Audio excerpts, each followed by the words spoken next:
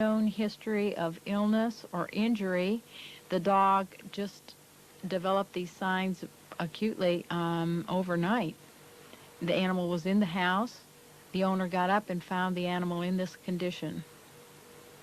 As you can see, the dog's mentally alert and responsive and seems to be quite strong on the thoracic limbs, although we do need to evaluate those further. But the primary problem seems to be paraplegia.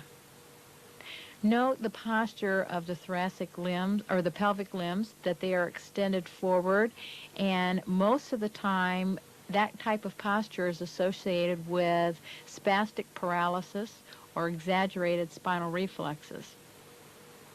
You can see that wheelbarrowing on the thoracic limbs, that the lesion or that the limbs are very strong, so the lesion is probably not in the area of the thoracic limbs. The dog is mentally alert and responsive with normal head posture and coordination. And evaluating of the cranial nerves, as we're doing now, was normal. You can see he's got a normal menace response. He's blinking his eyelid in response to a threatening gesture.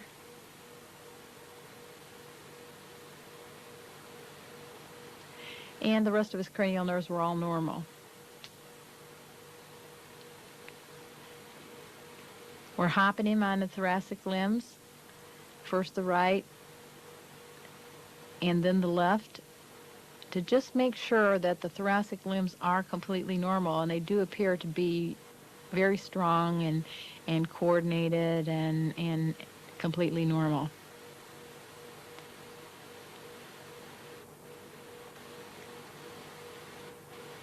So we are concerned about the pelvic limbs, and you can see there that the legs are rather stiff. Maybe if we propped him up, he'd be able to stand, but he certainly has no voluntary movement. Even lying on his back to look at his pelvic limb reflexes, you can see that there's quite a bit of tone in the limbs, but there definitely is no voluntary movement there. So evaluating the sciatic response, we see that there's a normal sciatic nerve response.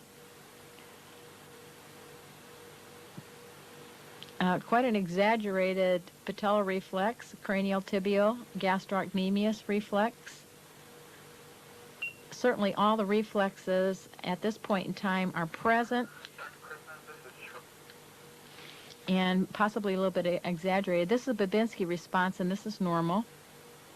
There does not appear to be a positive Babinski response.